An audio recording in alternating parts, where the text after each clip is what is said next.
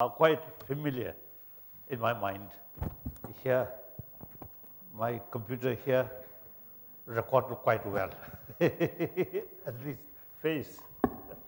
Name I can't remember. So thank you. Oh yeah. It's enough. Distinguished ladies and gentlemen, thank you all for joining us today for this rare, indeed precious opportunity of listening to His Holiness on the theme Cultivating Key Human Values. Your Holiness, we are blessed to have you with us today. Your teachings, your words of wisdom, and message of peace are more relevant than ever in our present world. Ladies and gentlemen, as you know, His Holiness began his studies as a monk at the age of 6. When not yet 25, he became a stateless refugee. In the more than half century since then, he has been a citizen of the world. He has been recognized with many different awards for his extraordinary work in promoting universal values, notably the Nobel Peace Prize in 1989. Your Holiness, the Ananta Center is an organization that believes in the promotion of key human values.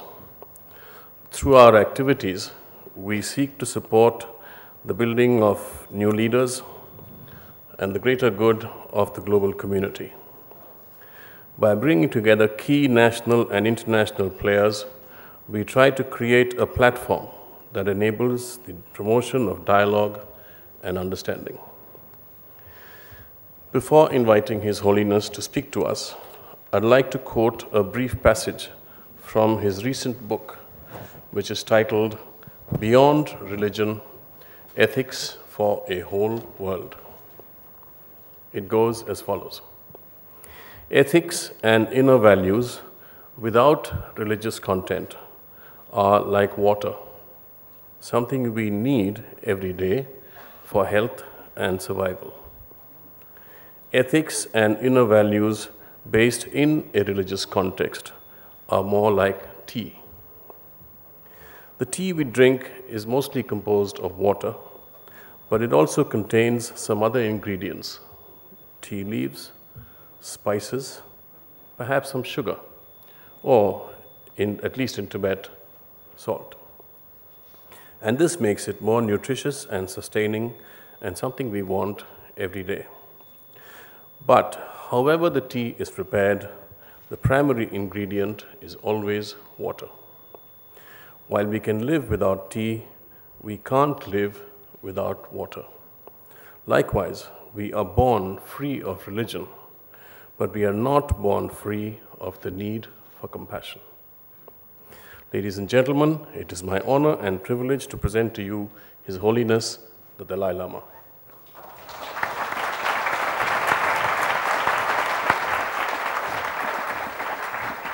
I think a few words from there.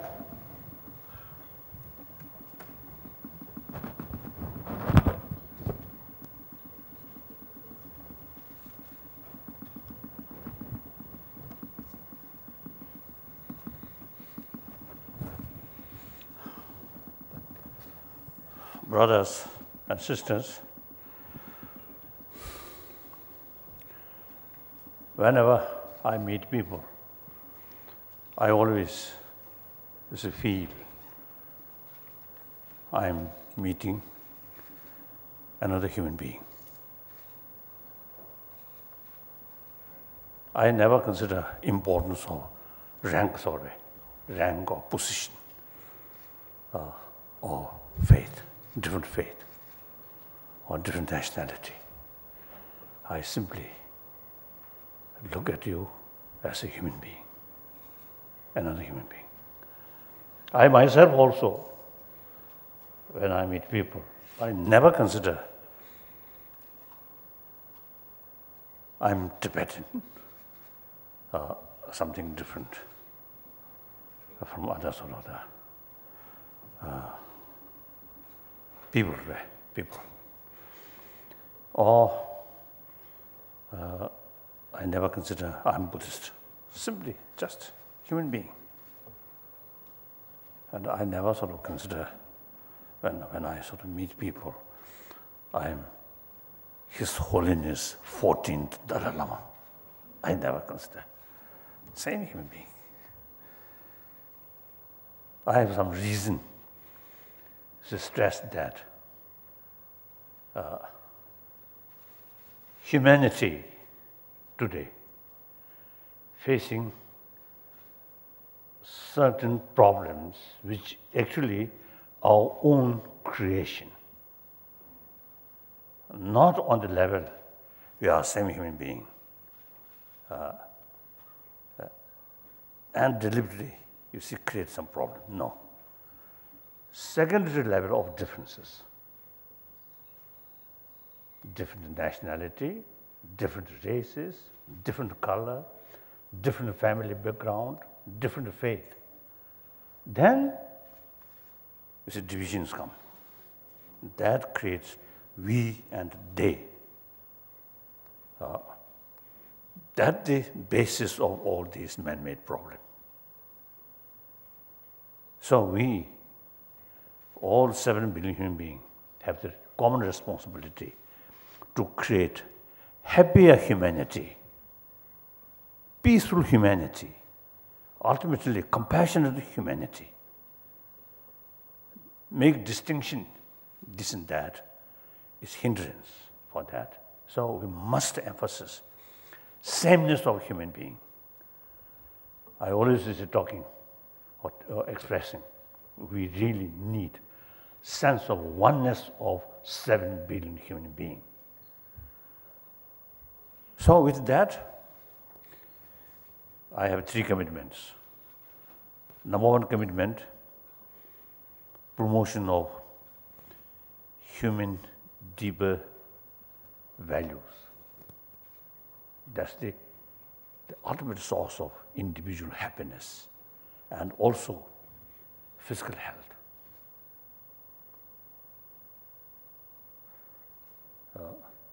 Sometimes I think people, and modern people, I think, consider source of happiness is money, power, and seeking happiness from outward, from outside. This is totally wrong. Pleasure or happiness or satisfaction and sort of suffering related with mind. So therefore, ultimate source of happiness within mind, not external. I often see telling, the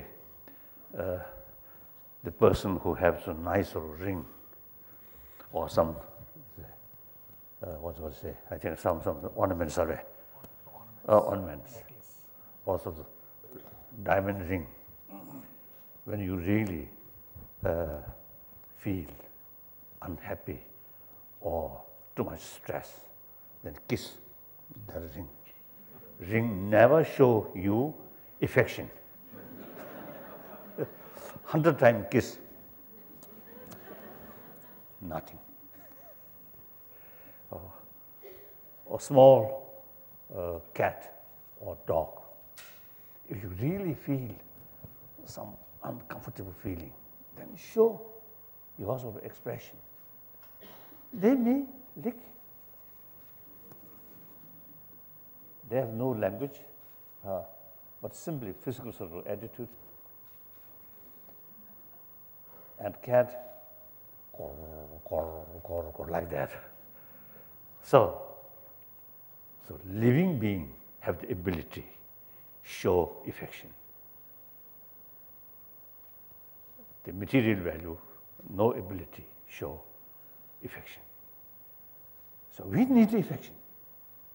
When we're really passing through difficult period, someone come you, share your problem, and showing genuine sense of concern, and you feel, at least the short moment, you feel happy. Like that. So therefore, ultimate source of happiness within ourselves. That I think in modern time, we have to make effort, you see, to make awareness, ultimate source, is not outside, but within ourselves. That also not necessarily based on religious faith. Dogs, cats, no religion. And human being, very young age, no faith, no religious faith, no religious concept. Some scientists, they experimented. You see, some picture, like cartoon picture, show child, age 2, 3, 4 years old. The cartoon shows some kind of, affectionate attitude. The child's response, very happy. A cartoon shows some kind of negative child, little sort of, because of the reluctant or something like that. So that's the human nature. Our life started with human affection, particularly our mother. And after birth, a few years, the affection, mainly from mother and also father and some other friends, is crucial factor in order to grow properly, physical as well as mind. I think I'm quite certain, I think here, people, outwardly, everybody very smart, and also maybe try to show smart. Even though some worry or some stress here, you see, show nothing. So outwardly, everybody very smart. But there is differences in deep insight.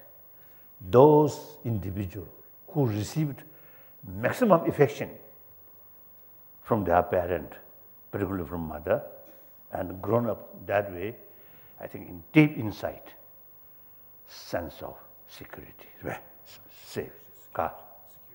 Oh, those people who at the very young age lacking that kind of affection, deep insight, some sense of fear, insecurity. So our life start that way. And then furthermore, we are a social animal. Any social animal, mental level, emotional level, one sort of the mental attitude which bring together. That is human affection. Or even animal affection, love brings together. Anger expels away.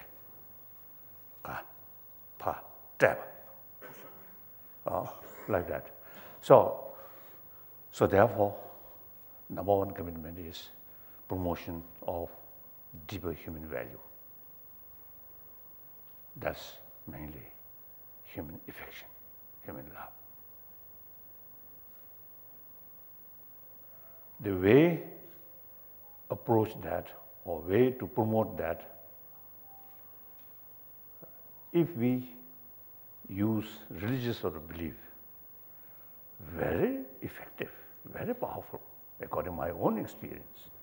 It's Buddha's teaching, extremely helpful to strengthening these deeper human value.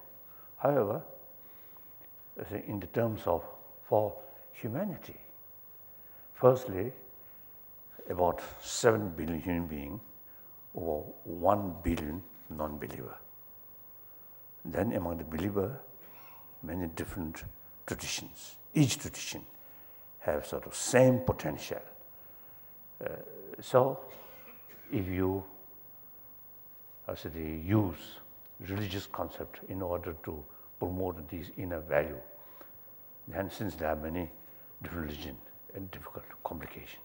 So India's constitution itself is based on secularism because India is a multi-religious nation. So it is very practical. According to Indian understanding, secular is respect all religion. I think you know better. In the West, some of my friends, consider secular is something distance from religion or disrespect religions. So therefore, if we follow secular basis, the educating warm-heartedness, it can cover entire 7 billion human beings. So that's my number one commitment. And here we use the main reason or factor is scientific finding. Many scientists, now they realize through their experiment, more inner peace, calm mind, very good for our health. Agitated mind, very harmful for our health. So medical viewpoint also, now calm mind is very essential. So that's my number one commitment. Number two commitment, then I'm talking as a Buddhist monk. According to my own experience, I realize, and also you see, as a result of meeting with people from different spiritual traditions.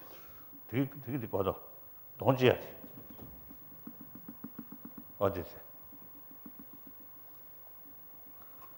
So spiritual tradition.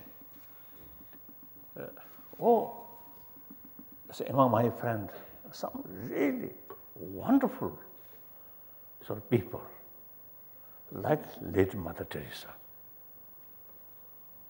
Her sort of dedication, serving people, particularly poor people, needy people. And her follower also, you see, number of them really dedicated. So such sort of enthusiasm, such sort of determination come from their faith. Actually, it's very right. Serving humanity, helping humanity, humanity as a creature of God. So serving humanity, helping humanity is best form of serving God, offer or worship. So therefore, all major religious tradition is the same sort of potential. So, and also, you see, we need different religious tradition because among humanity, people who have different mental disposition. So we need different way of approach. Same goal to produce or to promote inner value. Try to make sensible human being, compassionate human being. So all major religious tradition, basically theistic religion, non-theistic religion, when we look philosophy field, have big differences. But then, if you ask, what's the purpose of these different traditions, different philosophy? Same purpose, to bring firm conviction about inner value. So, okay. So therefore, it is very possible and necessary to promote religious harmony. India, I always telling, India is the example. All major religious traditions live together. Occasionally some problems, that's understandable. Some mischievous people among 1 billion human population, some mischievous, must have, should have. 1 billion Indian, not God or angel. Some people a little bit mischievous. So that's understandable. Overall picture of India, I think religious harmony, really wonderful. Really wonderful. So, number 2 commitment is promotion of religious harmony. And then wherever I go, I always talk ahimsa and religious harmony. These 2 things are 1,000-year-old India's tradition. So I often introduce myself as a messenger of India. Truly, I really carry this message wherever I go. Then 3rd commitment, I'm Tibetan, many Tibetan. They say, trust me. For example, at present, you see the Tibetan, there are people inside Tibet, sometimes they cannot express even my name, the difficult situation. But inside, they really trust me. So I have moral responsibility. Although political responsibility, since 2011, I completely retired. No longer any secular responsibility or political responsibility. We already achieved elected political leadership since 2001. Then I already some kind of semi-retired position. Then watch 10 years, and I developed full conviction. Now, Tibetan, at least the refugee community, you see, can manage themselves. And elected their political leadership. So since 2011, I completely retired. However, we Tibetans have quite rich Buddhist knowledge, particularly Nalanda tradition, because 8th century, so at that time, one, I think, greatest sort of philosopher, one bhikshu, Shantarakshita of Nalanda, he invited by Tibetan emperor, Chisung Tesen. So he introduced Buddhism, more systematic. So that's according to Nalanda tradition. So we are truly the student of Nalanda tradition. Over 1,000 years, till now, we carry rigorous study, at least 20 years, in order to become Kasoda. In order to Kasoda, sufficient knowledge about these things. Then there's no end for study of these things. We have over, I think, 100 volumes taught by Buddha. About 220 is a commentary wrote by mostly Nalanda masters. So altogether, 300 volumes, over 300 volumes. We study. So now my age, nearly 80, still I'm studying. So till my death, if my eye okay, then I will carry this study whenever I have time. So whole life remain like student of Nalanda. So therefore, I think Tibetan knowledge about the Nalanda tradition, as a result of a lot of sort of meeting or contact with Chinese Buddhist, Japanese Buddhist, Korean Buddhist, Vietnamese Buddhist, Burmese Buddhist, Thai Buddhist, and so on. If may I say so, when we met, say our knowledge not bad, because you see we have that kind of tradition, you see, seriously, rigorously study. Firstly, root text, learn by heart, memorize. Then each word explain according to commentary. Again, many commentary wrote by Nalanda masters such as Shandadeva, Chandakirti, Dharmakirti, Dignac, these great sort of masters, scholars of Nalanda. So each word explain. And then through debate, try to understand precisely every word. So therefore, I think now today, among the Buddhists, among the Buddhists of the world, I think we Tibetan Buddhists, I think we kept Nalanda tradition quite still alive. So I really feel it is really worthwhile to preserve. And the Chinese tradition also come from Nalanda. Tangsen, or these sort of great Chinese, the ancients or also the masters, they learned in Nalanda and they brought Buddhism to China according to Nalanda tradition. So now today, in China, over 400 million Buddhists.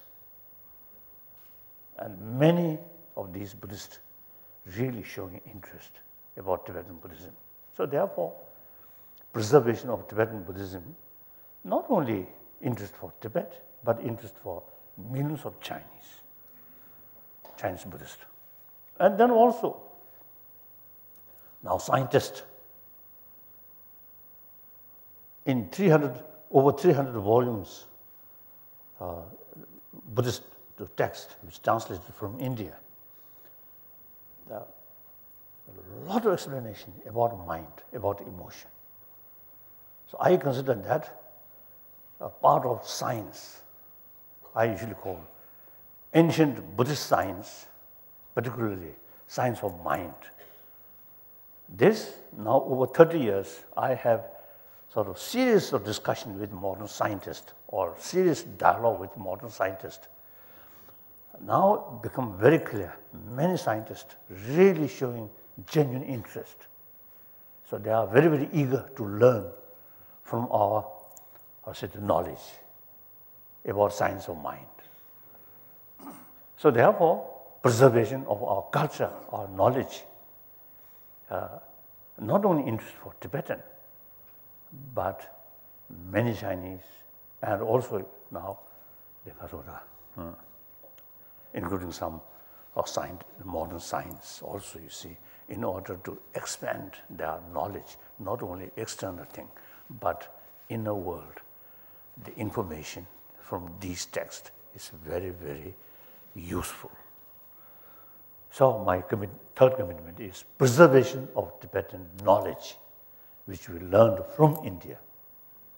I always telling, historically, you Indian were our guru. We are Chela, as I mentioned earlier, since 8th century. The light come from India, reach Tibet.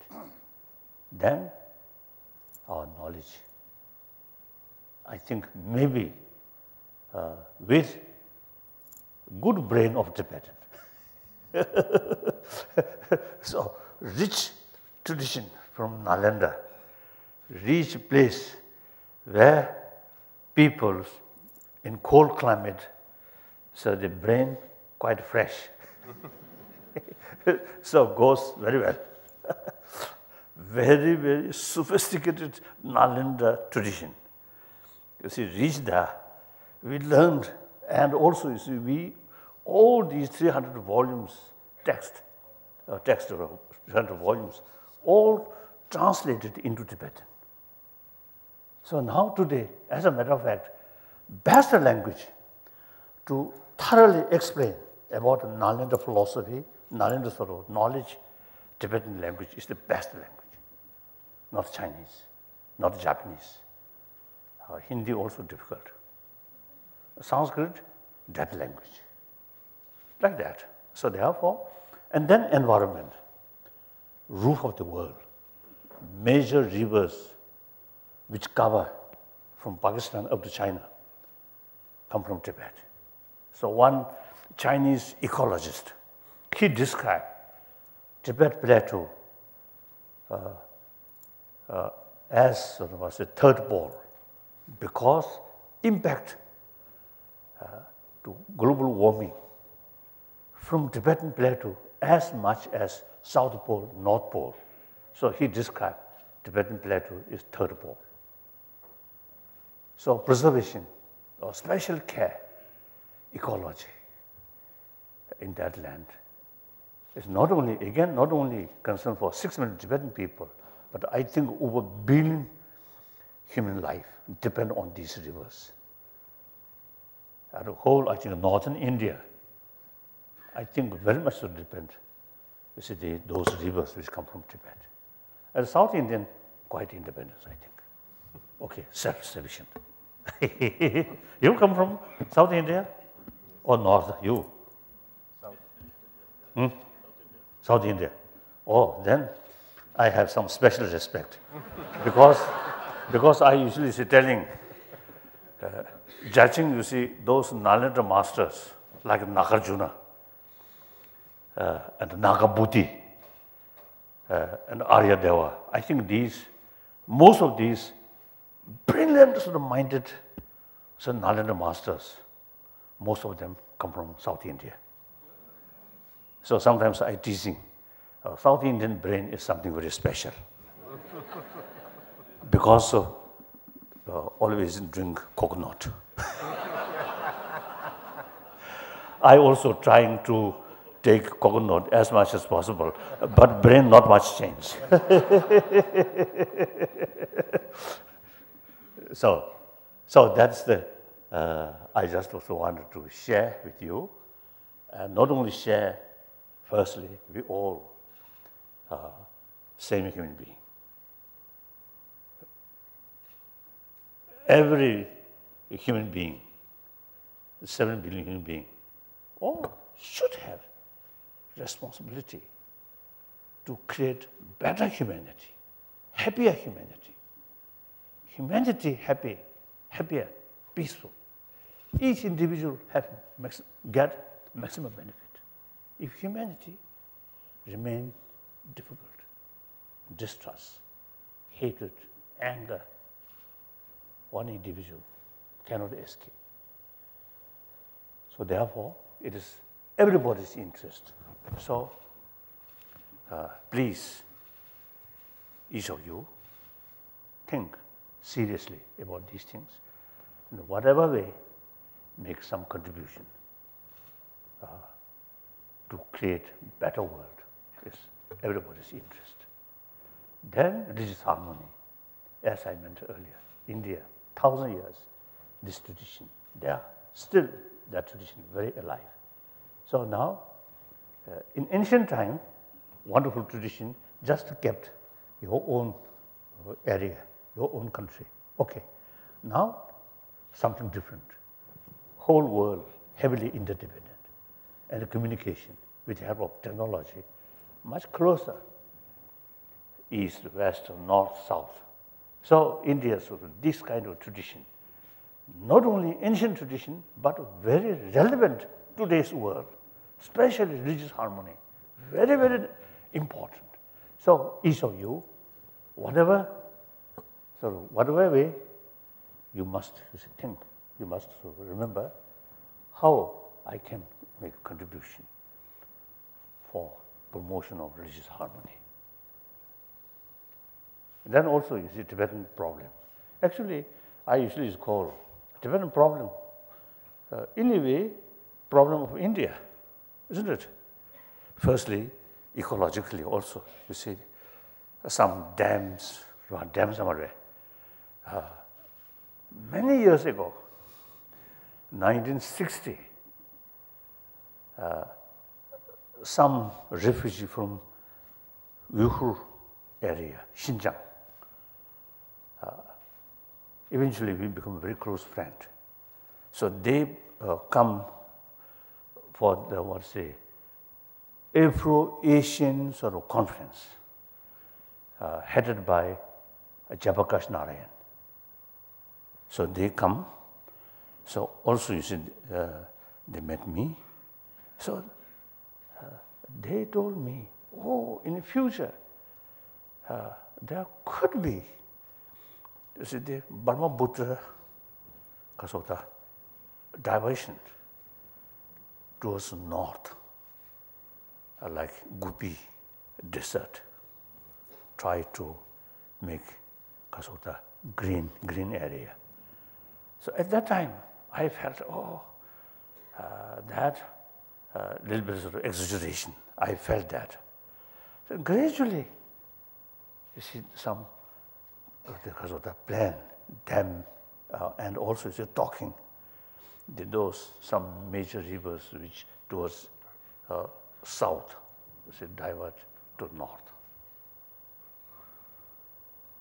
So India, at least the northern Indian, I think a large number of human beings, you see, their life depend on this river, this water, which come from Tibet. So you also have the right, you see, to speak, to express your concern, the preservation of ecology, like that.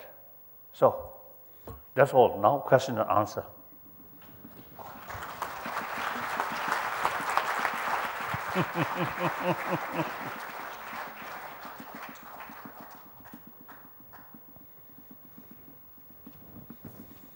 Yes.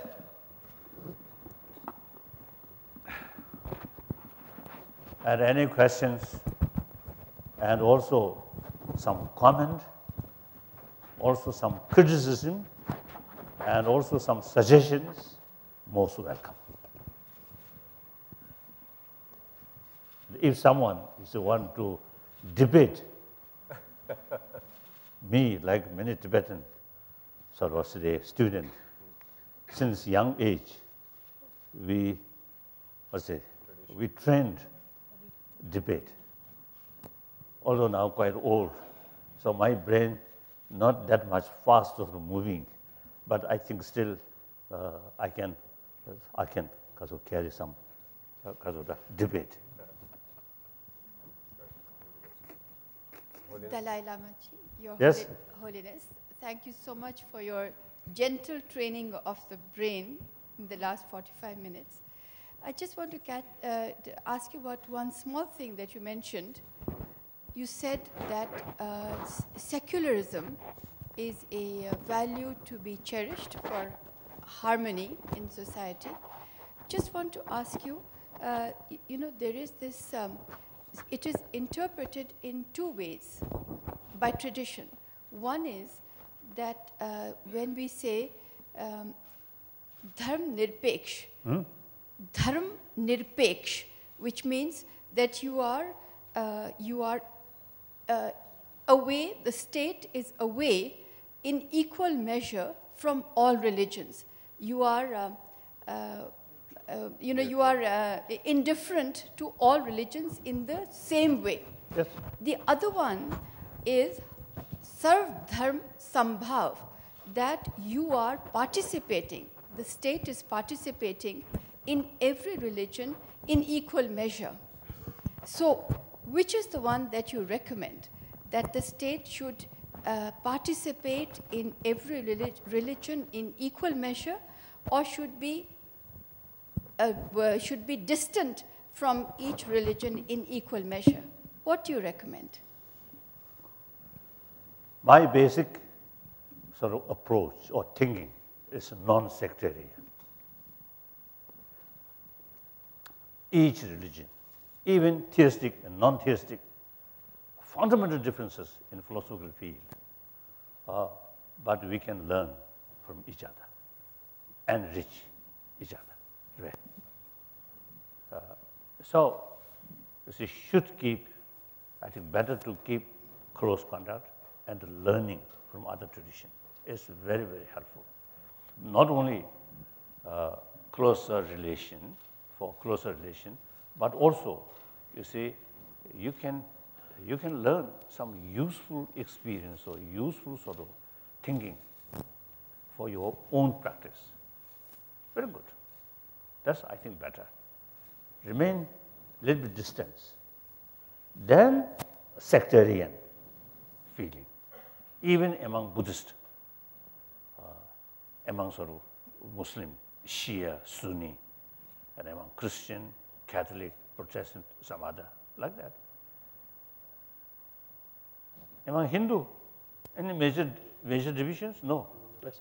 Traditionally, you see, according to Tibetan translation, like the Arya Deva and also the Vabhaviga, they thoroughly sort of discuss with different non-Buddhist tradition, mainly 5, Sangha, Jain, and some other few more, Kasa, Vivasheksa, Mare, Chirabwa, Vishishika, and Chababa Kasa. So, in any way, like that. So now today, how many different philosophical views Well, there are among the different Hindus? philosophies, Shaivism, Vaishnavism. There are, but it all comes together. Yes, like that. Next question. Your Holiness, when you had visited us at Raipur, and you had established the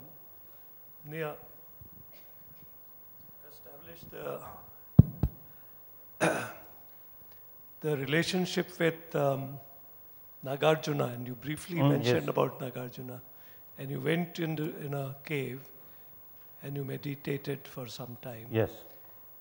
What were the feelings that you got, and can you tell us about the Madhyamika, what Nagarjuna had philosophized?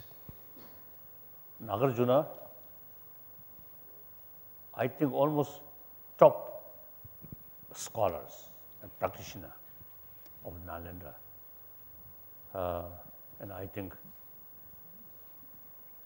2nd century, 1st century.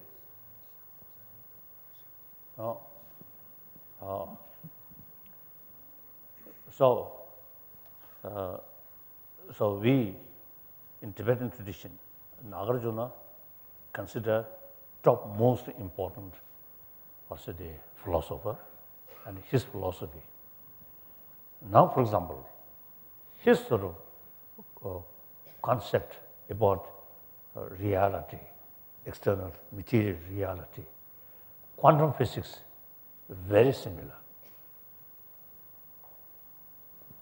Actually, I often telling the Indian scientist, late Raja Ramana, nuclear physicist.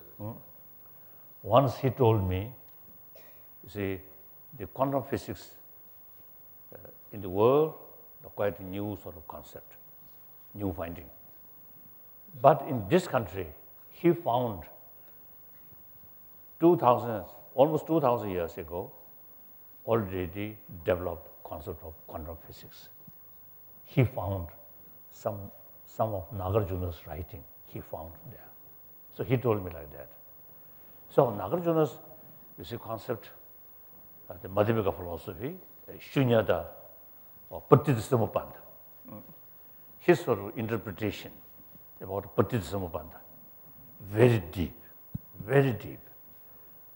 So me personally, since my childhood, as a childhood, my childhood, 15, 16 years, not child. In any way, you see, the age 16, around 16, I developed interest.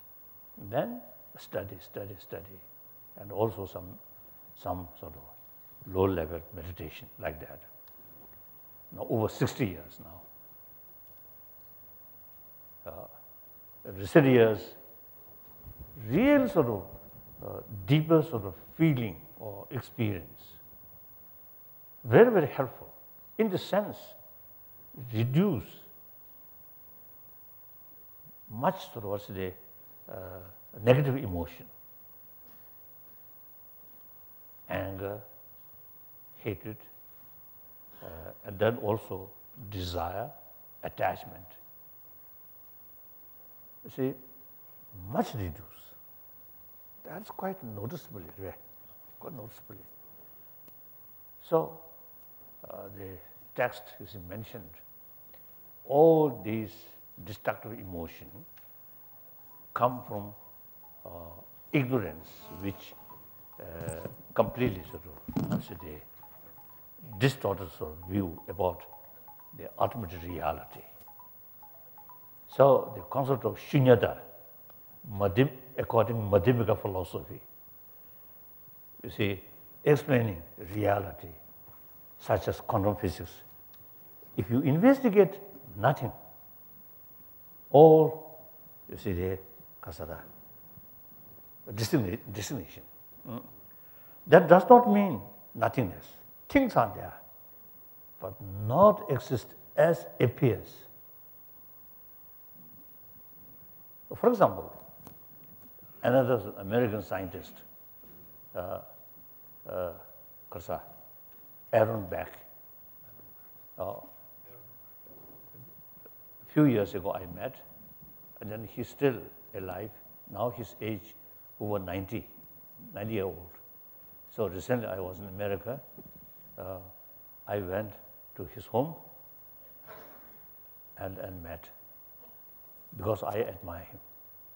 So according to his finding, few decades to his experience dealing with little disturbed sort of people's mind. So he concluded, for example, when we develop anger, the object which we feel angry, that object appears very negative.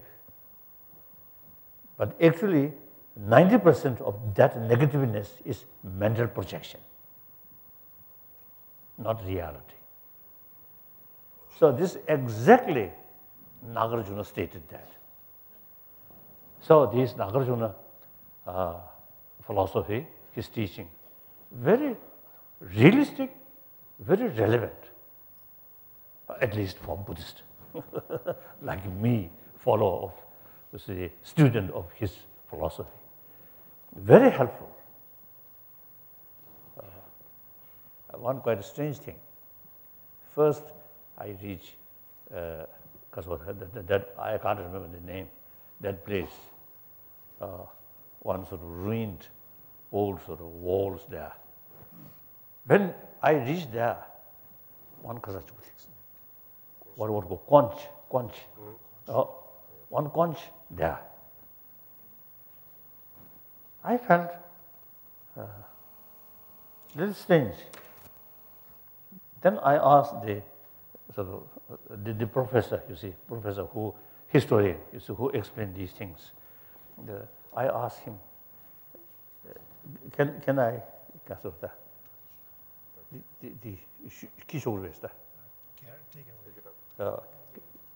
I sort of, take?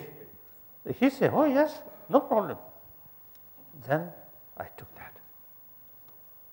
And now still with me in Dharamsala. I consider there's some sort of, maybe too much superstition. I consider something good omen. Beside that, no special dreams, nothing. So my practice, of course, continuously. Then, one occasion at the Nagarjuna Kandra, near Nagarjuna Kandra, because Amarvati. So I give one teaching, and before that actual sort of ceremony, I give some explanation. This is some text which mention about shunyata according to Nagarjuna.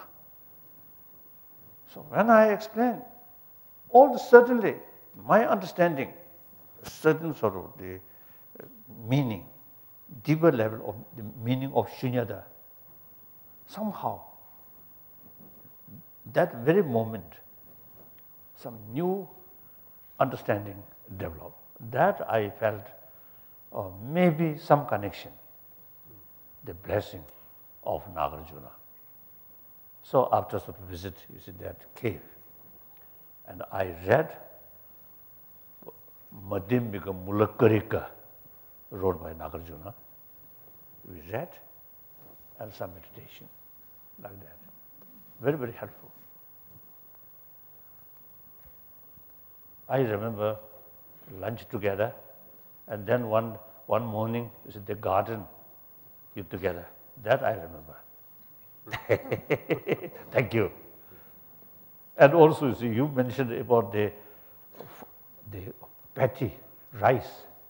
Oh, so utilize, so the certain sort of also the method or something, the kasa 20 production can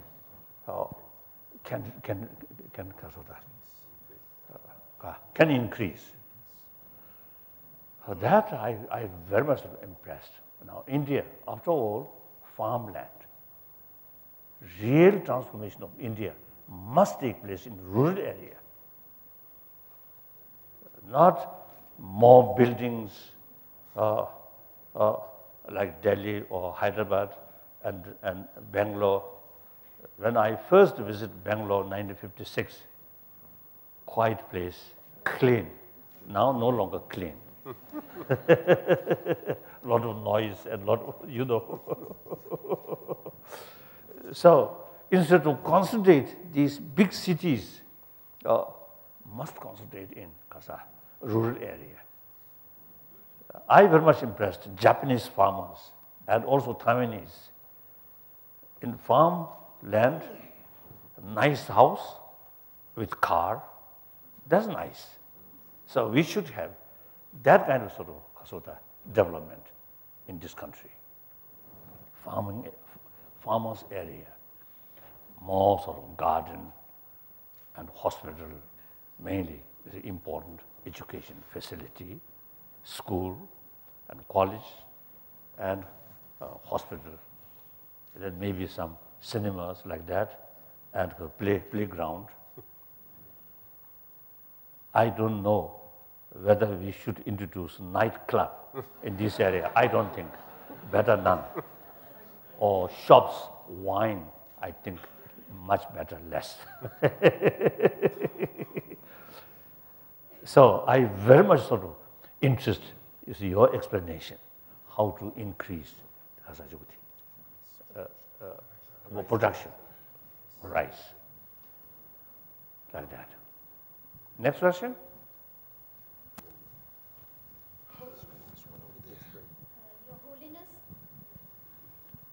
Your Holiness, is our ultimate goal compassion or dispassion? Because compassion still has an element of attachment to it. No. But is the goal finally to overcome that, to become, in fact, dispassion? Compassion, two levels. One level of compassion, very much mixed with attachment.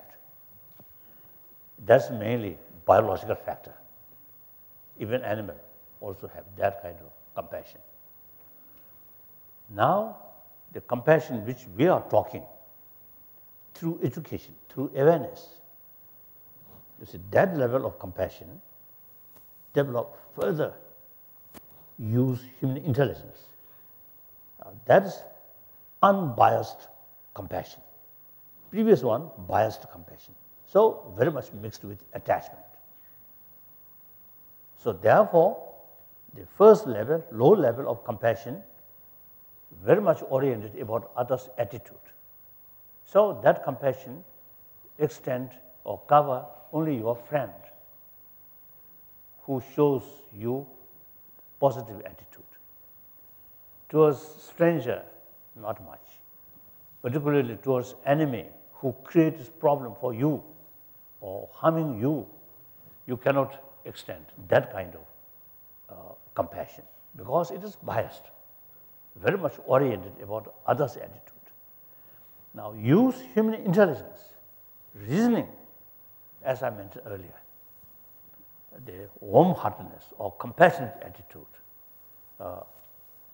not through training, not oriented about others' attitude, but being itself, human being or animal being, then your enemy, as far as the attitude is concerned, enemy creates trouble for you. Therefore, we call enemy.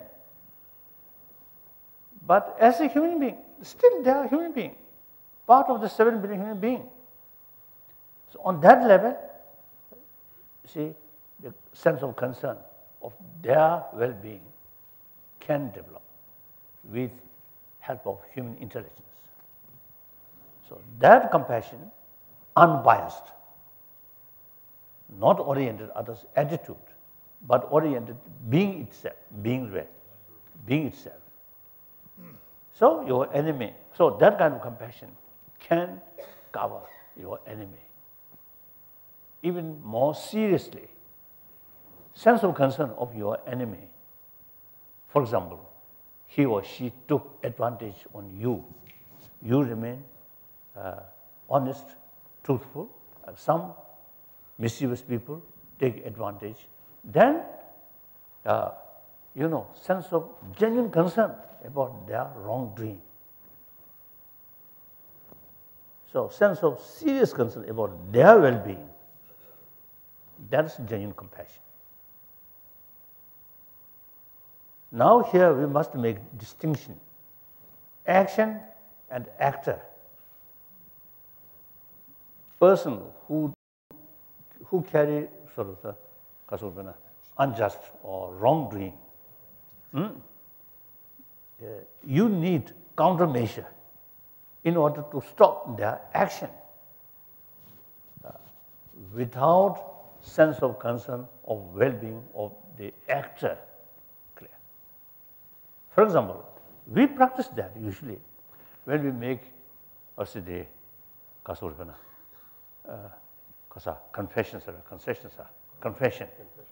confession, isn't it? Confession. Oh, I did something wrong, now confess. Oh.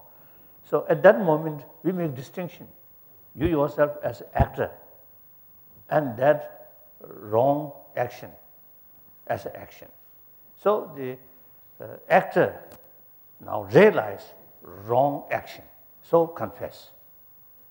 So similarly, we can make distinction, your enemy's action and enemy themselves. Enemy as a person. As a person. So keep sense of concern of their well-being, oppose their wrong action. Okay. So this only human being can do, not other animals. So biological factor, so compassion is common with certain social animals. You see, more or less, this is same. Like that. Some sense? You understand? Next question. Your Holiness, what's your vision or the estimate of the future, maybe by 2050? Will the world be more peaceful or more chaotic? Kasa? 2020. That entirely depends on us, on human being, ourselves. So that's why I usually make a distinction. Generation of 20th century, generation of 21st century. Now 21st century, now only 14 years passed. Over 80 years, 80 years yet to come. So we have the opportunity or possibility, change future. Past we cannot change.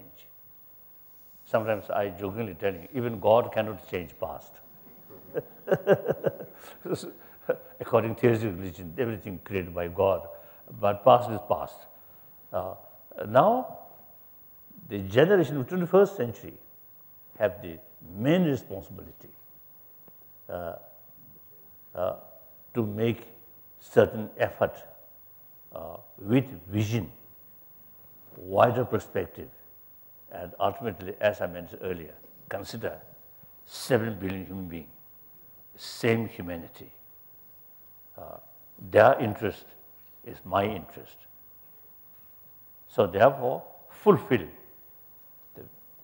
because of my interest, we have to think well-being of others. So I always expressing, now very existing education system, very much oriented about material values. We are lacking education system, including inner value. When we talk about inner value, we immediately rely on religious belief. That's very good, but will not be universal. So only choice is secular ethics based on through secular approach. That's the only way, only possibility. As we already touched, according to Indian understanding, secular ethics is basis of all major religious tradition. All major religious tradition talks about love, compassion, forgiveness, tolerance, these things. These are the secular ethics. Honest, truthful, like that. Excellency, you spoke well about Tibet is India's problem. And you also said that there are ecological problems that is coming out of Tibet, dams, big dams. If you remember that Prime Minister Narendra Modi in his swearing-in ceremony invited Lobsang Sangye, the Chief Administrator of Central Tibetan Administration. Do you see that Indian government is going in an enhanced way to solve the problem of Tibet? And do you want to have any dialogue with India or China on this issue separately or together? As I already mentioned, now I retired old person. Yes.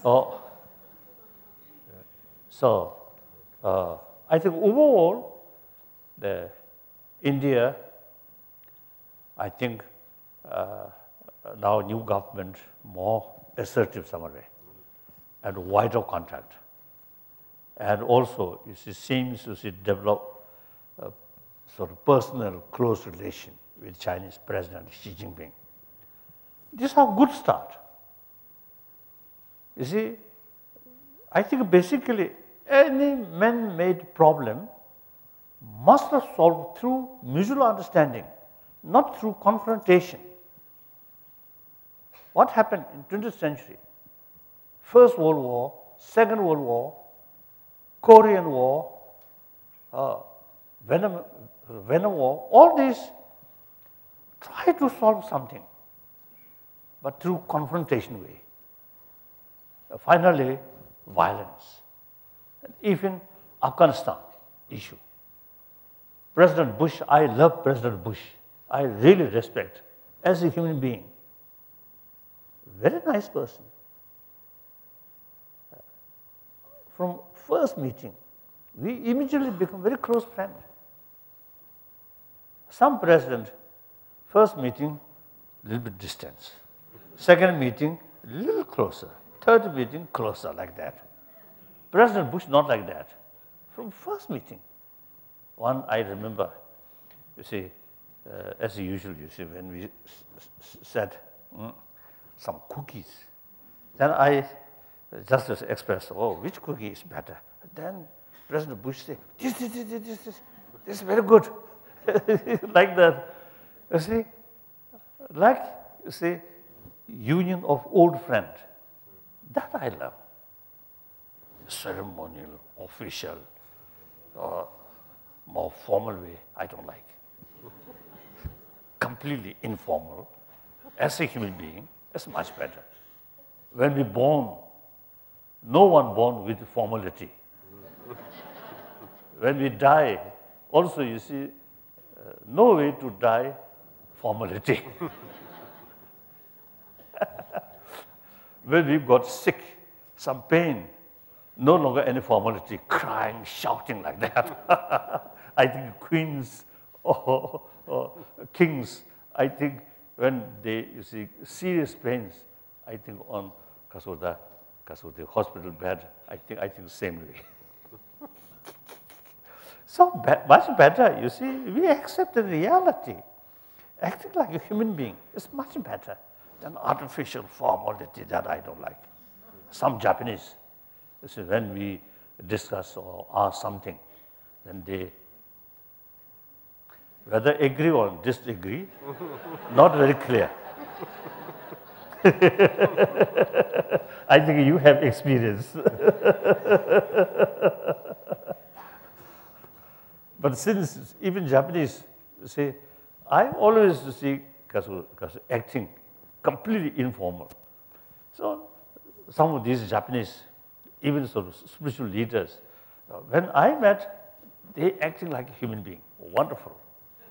So Japanese liberals, so the eyes, I think, to some extent, melted or little cracks.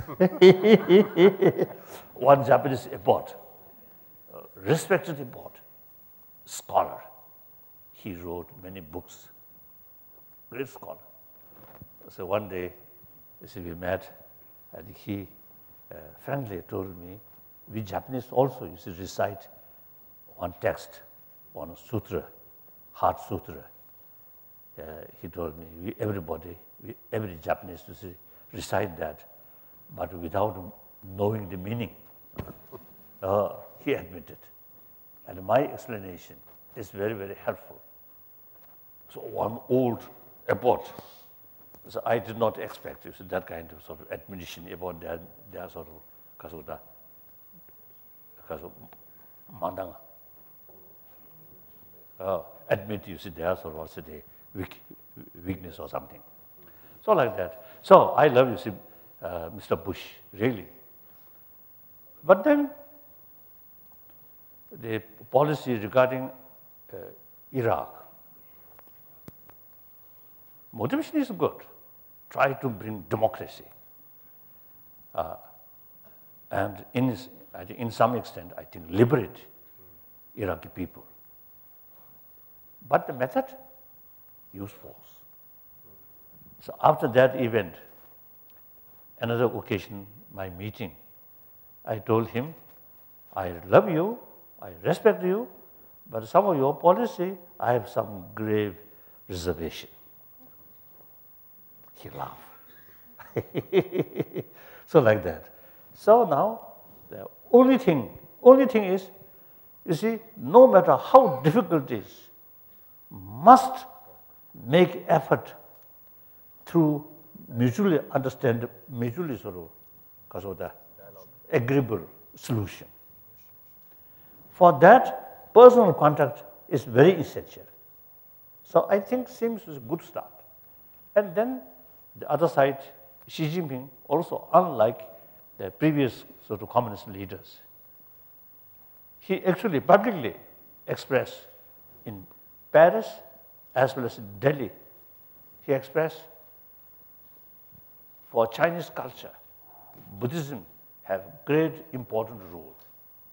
So regarding preservation of Chinese culture, Buddhists should take more serious responsibility, he mentioned. These are quite new. So you see things, I think overall things, you see, I think people becoming more mature. That's my view. So we need more patience without losing determination, willpower. Then I think things will change.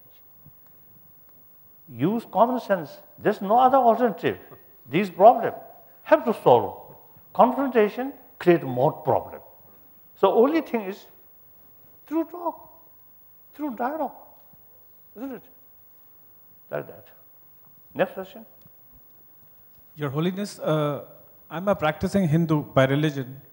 Basically to know more about what basically religion is, all religions teach that God is one. What? All religions believe and teach that God is one. Oh, God. Oh. Yeah, God is one. I'm not sure whether I should be asking this question or not, but since it came into my mind, so I'm asking. So, Yes. what is the basic difference that you see between, because what is the basic difference that you see in being a Muslim or a Hindu? When both the religions preach that God is one, then what is the basic difference that you see in being a Hindu or a Muslim? What is the basic, what did you say? What is the basic difference that you see in being a Hindu or a Muslim? I think I mentioned or not, the theistic religion, non-theistic religion, among world religions, two categories. One, theistic religion. That is the fundamental sort of faith is creator, God as a creator. Then, among Indian religion, Sangha philosophy, Sangha tradition, two parts. One, accept God, creator. One, no. So one part of Sangha philosophy, and then Jain philosophy, then Buddhist philosophy, no concept of creator. Buddha Shakyamuni or Mahavira not considered as a creator of God, but completely, just an enlightened person, enlightened. That we call Buddha. Buddha means enlightened. So original Buddha Shakyamuni was ordinary sentient being. Then gradually, through training, eventually become Buddha, enlightened. So long, ignorance there is sentient being. Sentient being is all right. Once ignorance completely eliminated, that's Buddha's mind, enlightened mind. So then Muslim, among the ancient non-Buddhist sort of tradition in India, as I mentioned earlier, Sangha also there, non-theistic. So, but generally, according to the Hindu practitioner, see, they believe rebirth and the theory of karma. At the same time, ultimately, one creator, Mahabrahma or something. Mahabrahma or something. So, except you see both the rebirth and since karma theory there, so they also accept law of causality. Ultimately, some creator. So this within the theistic, again you see differences. Then Muslim, I think Zoroastrian, I think maybe 3,000 years old. Then Judaism, Christianity, Islam, I think more or less same root, all except creator. Different name, Allah, only one God, Allah. Christian, Trinity. Slight differences, but basically same. So, and then more detail, even within Buddhism, within Nalanda tradition, four major sects: Vivashik, Sodantik, Chitta Mantra, Madhyamika. And Chitta Mantra also is two two divisions. Subdivisions. And so, Sodantik also you see two divisions. Then Madhyamika also is two divisions. So suppose Nagarjuna sort of also the authentic teaching carried by Arya Deva and Buddhapalita and Chandakirti. So we consider the commentary of Madhyamika Mulakkarika, commentary wrote by these sort of masters. I myself also see study, comparison, correct? Comparison. Comparison. I found the Chandakirti's explanation. It's a very sort of, very sharp, very deep, no contradiction. Wonderful. And actually, as I mentioned earlier, effect. Like that. Okay.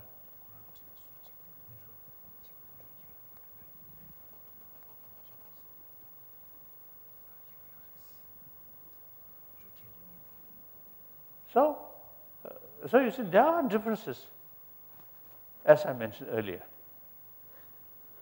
I think in a way, who creates Buddha? Who creates Mahavira?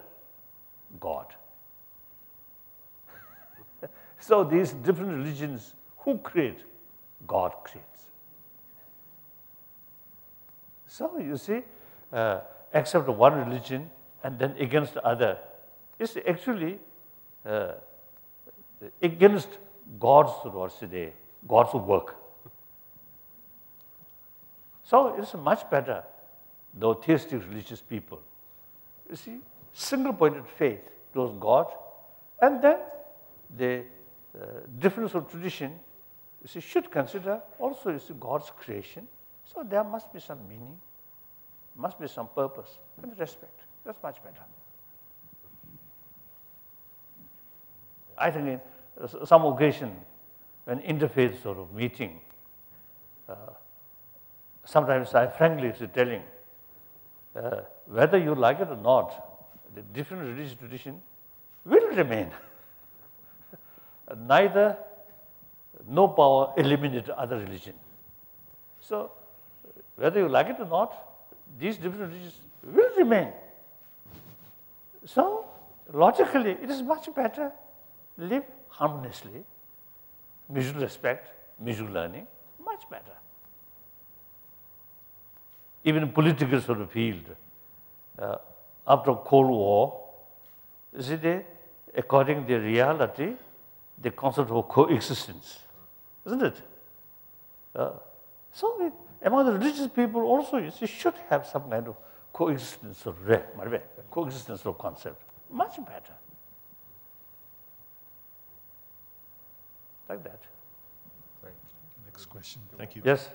Your Holiness, you talked early in your comments on how in the modern world we need to find happiness as a source from within, a simple and very powerful message, but for lesser mortals like us, perhaps very difficult to achieve. What advice would you have for us to be able to get to that state? Kosa, did you draw knowledge? I'm sorry, can you repeat the Sure. question? You talked about how in the modern world we need to find happiness from within. That's right. A very simple and powerful message. And I was just curious to hear from you, what advice would you have for lesser mortals like us to be able to achieve that?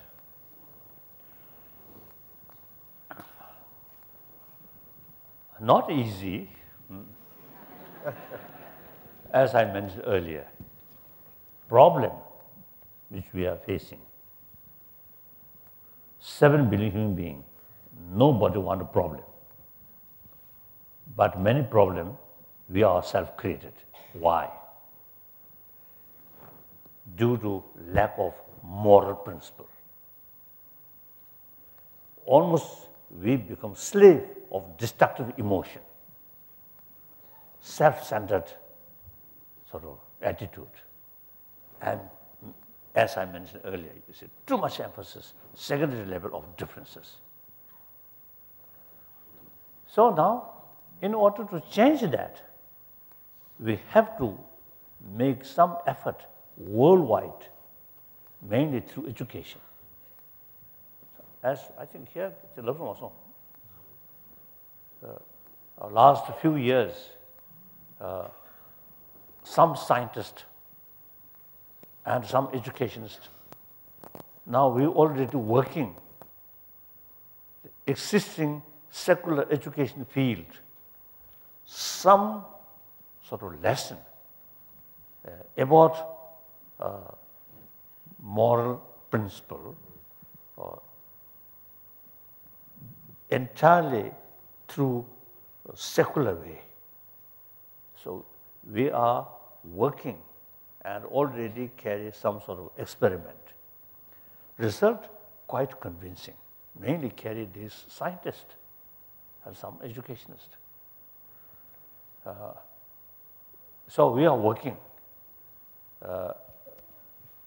So perhaps I think next 1 or 2 years, I think some kind of draft of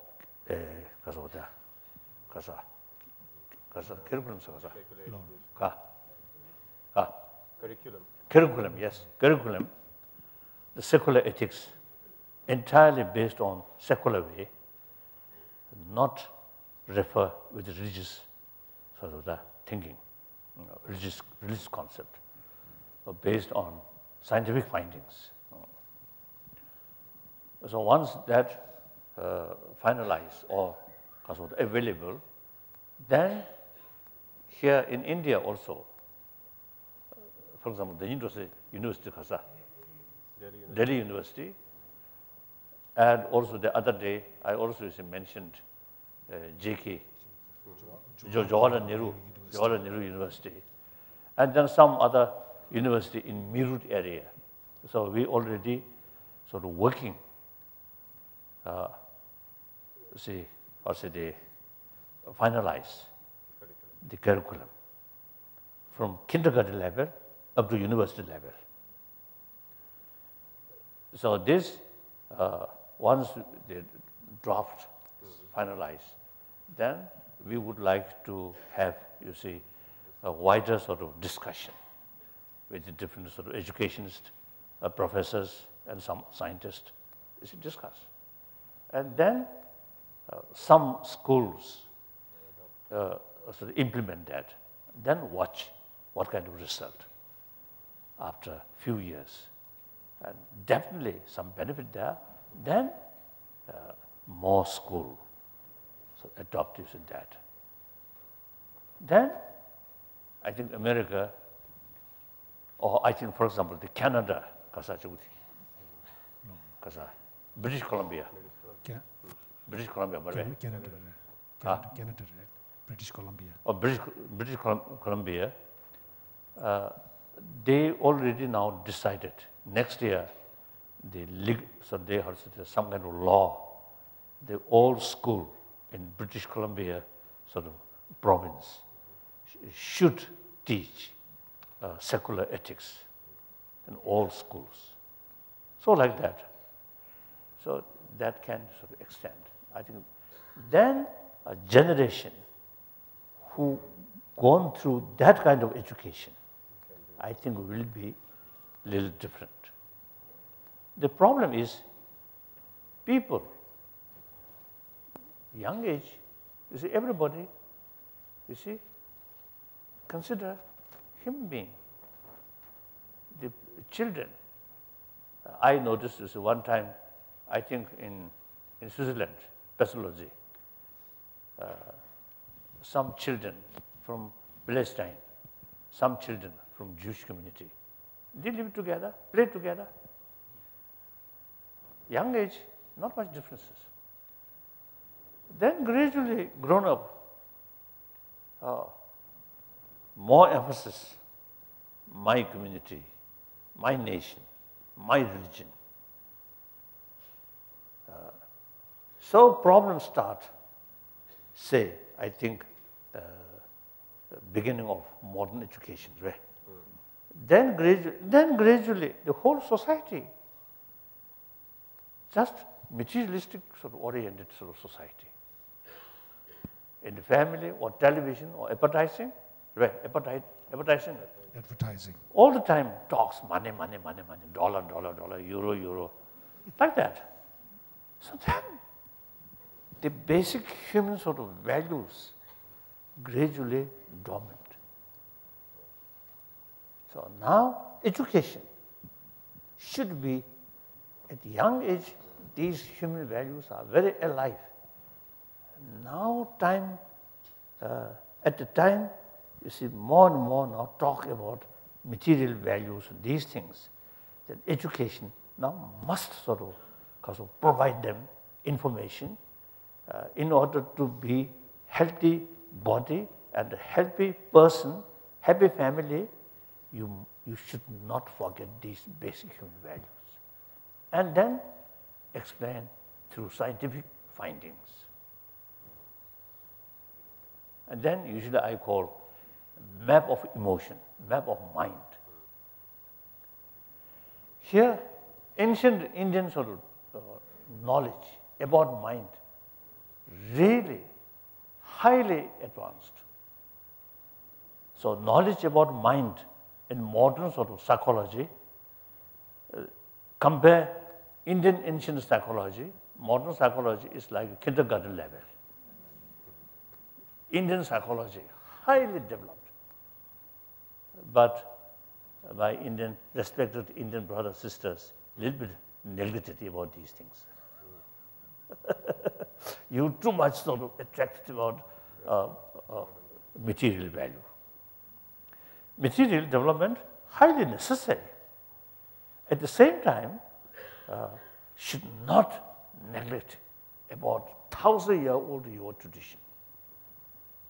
Just because school has taken us to Springdale. I just visited there. I mentioned there. And also the Jawaharlal Nehru University. I mentioned now. I always mentioning now the Indian have the real opportunity, combination, 1,000-year-old rich knowledge about mind and modern education combined. Then Indian education will be something complete sort of form of education.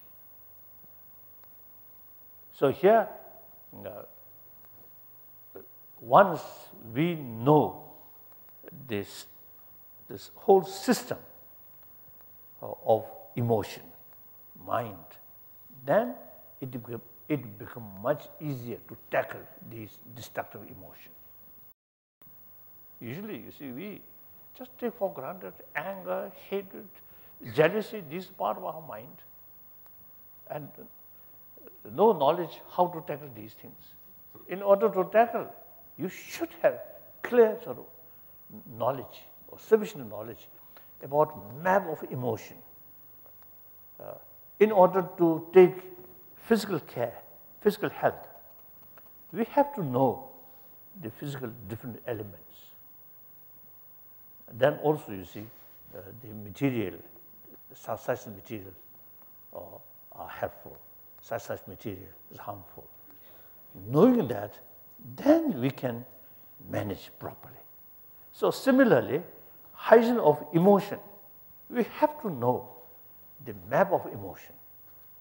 Then we can take effective hygiene of emotion. So this is one part, academic subject. It's much better have more knowledge about emotion, about mind. At least some Buddhist text, you say, categorize, I think, the main minds, or 6 main minds. Then 50, about 50, minor minds, different emotions. Mention that. These should consider or treat it as an academic subject, not a religious thing. So as I mentioned before,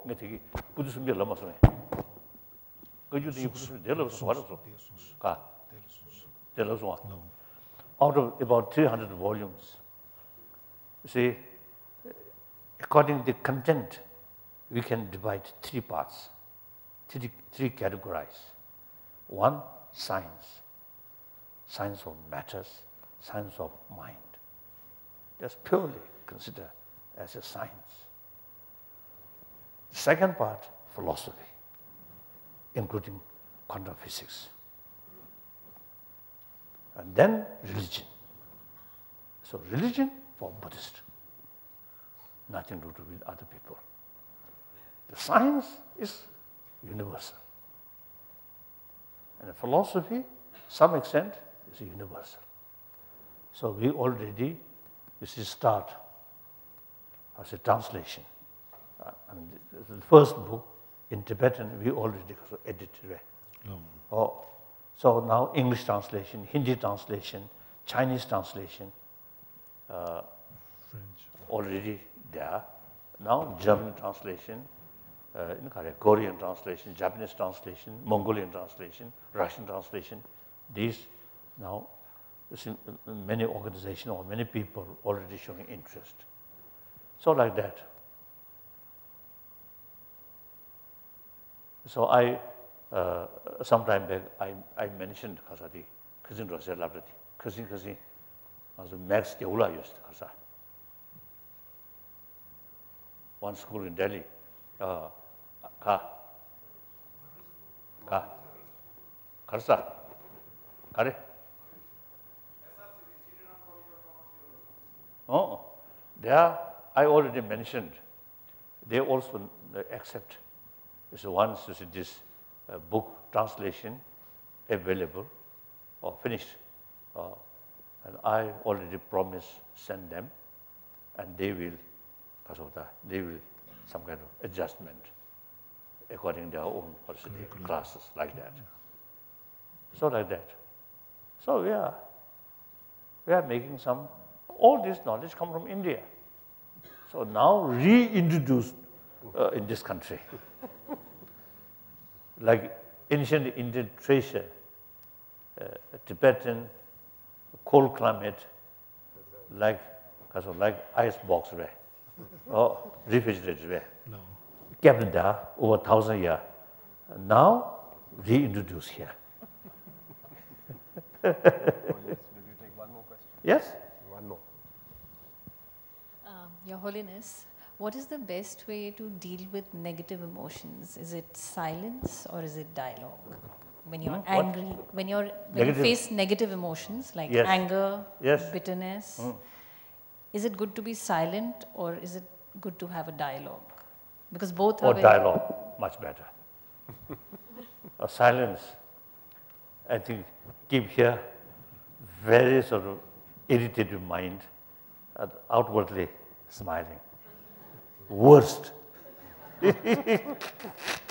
And keep months, years, and really harmful for your body. Much better express. The way express more positive way, we could, isn't it? There, sometimes we need a little bit of sort of restraint and mindfulness. Then gradually you express, but without much of provocation, like that. Then gradually, today's enemy can be best friend after some time. Okay, this is much better. As I mentioned earlier, even national interest. Confrontation, totally wrong. Talk on the human way, human approach. All human problem must be solved through human way of approach, not weapon. For weapon, you see, no ability showing affection. Real change should take here, not by force.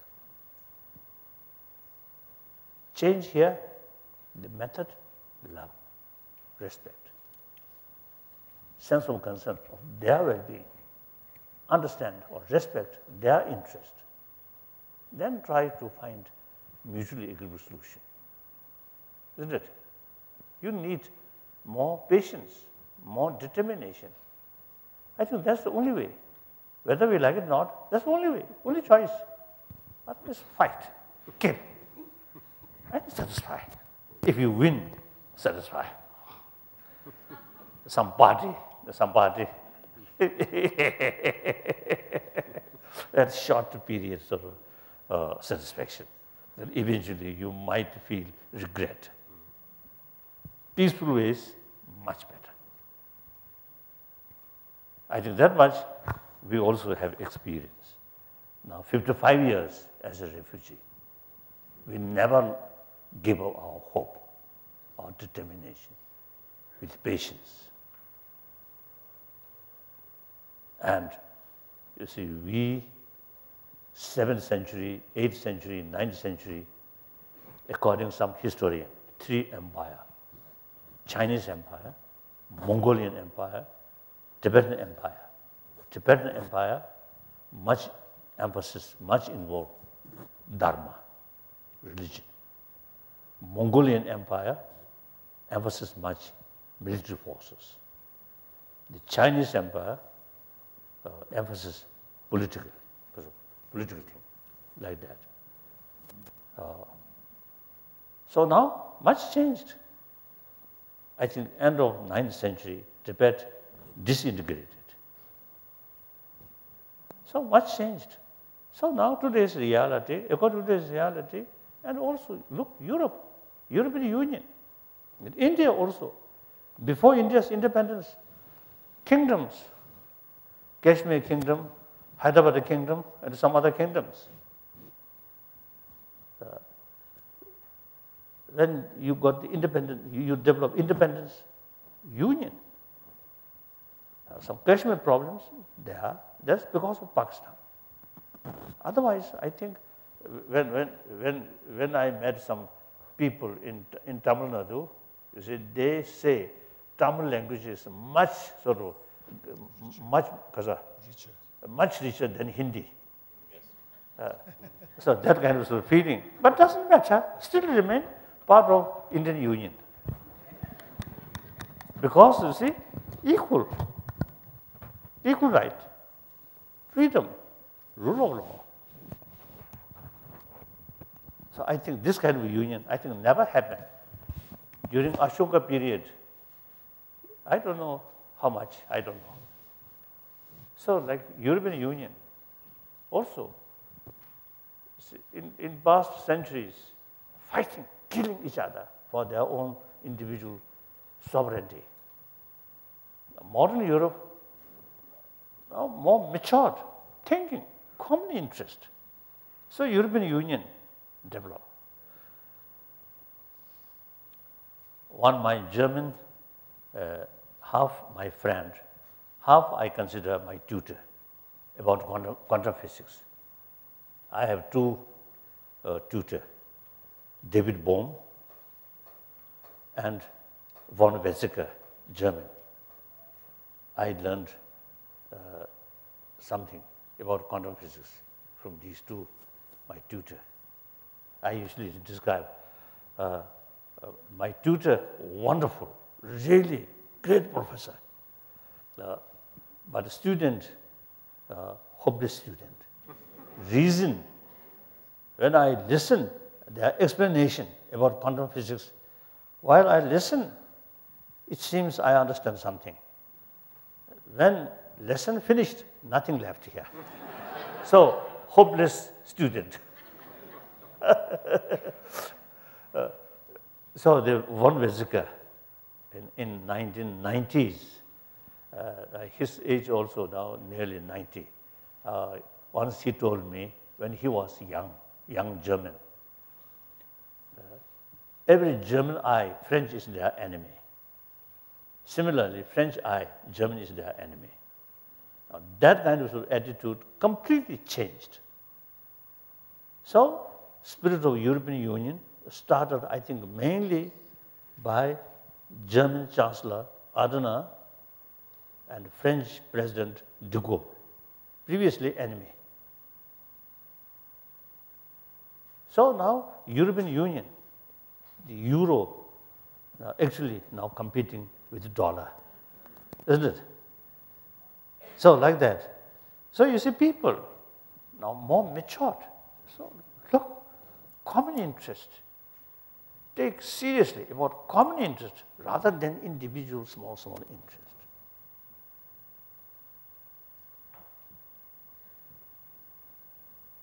if may I say so, the president of Russian Federation, I think coming back, interest for Russia, only Russia. Many occasions I express in Europe, many occasions, the latest one sort of Nobel laureate sort of peace meeting at Warsaw, I think 2 years ago, 1 year ago, no. Again I express, I wish NATO headquarters should shift to Moscow. Then psychologically bring together. In Russian eye, because of several decades, some sort of propaganda, in Russian eye, Western is their enemy. When my first visit Soviet Union, 1979, so the ordinary Russians, you see, they developed certain sort of attitude, Western, ready to attack Russia, Soviet Union. So Soviet Union must prepare militarily well. So they extend or sort of strengthening Warsaw Pact. Mainly out of fear, out of ignorance. I already know the Western thinking because 1973 I visited Europe, many European countries. So in the West, they fear some attack from Russia, from Warsaw Pact. In Moscow, they say, oh, Western ready to attack Russia. I think that Cold War sort of mentality is still there. So therefore, in order to remove that, Warsaw Pact, no, the NATO headquarters shift to Moscow and bring Moscow together. I think now too late. Now seems the President Putin himself is want to revive Cold War. Unrealistic. Of course, these comments are not for public, because of the publicity. I think better to keep in this fold. Isn't it? Thank you. So your question on Jingbin. This one. So like that. Thank you. I really enjoy our meeting. Thank you. Thank you. You arranged this opportunity. And also you give me opportunity meeting my old friends. Reunion. Recently one night in Japan, or 2 nights, where? Or 1 night in Japan. So I just to say, recall our meeting. Ladies and gentlemen, we've been treated to a feast of ideas grounded in wisdom, stories laced with humor, and deep understanding clothed in simplicity of communication. Oh yes, yes. Your Holiness, you leave this audience with many thoughts and emotions on key human values which will stay with us for some time. Thank you for your presence here, for giving us insights drawn from your wisdom, and for encouraging us to focus on our better selves. Thank you also for your unique social vision and mission. Ladies and gentlemen, I would request you to please remain seated till His Holiness has left the hall. Before that, I would invite you to join me in a final round of applause for His Holiness the Dalai Lama.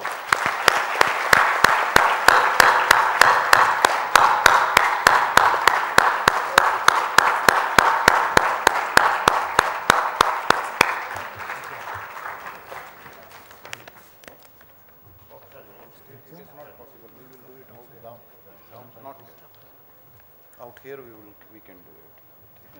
You make it go.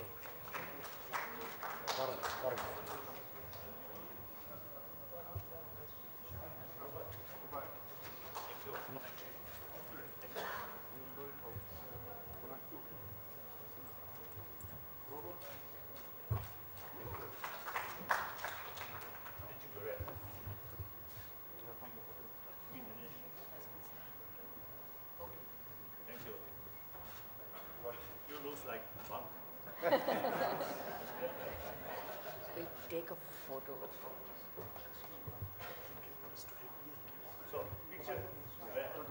You're only, ma'am.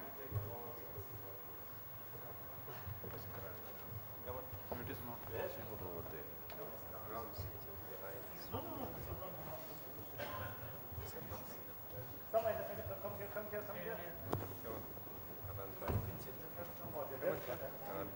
I don't know if all of us can fit in.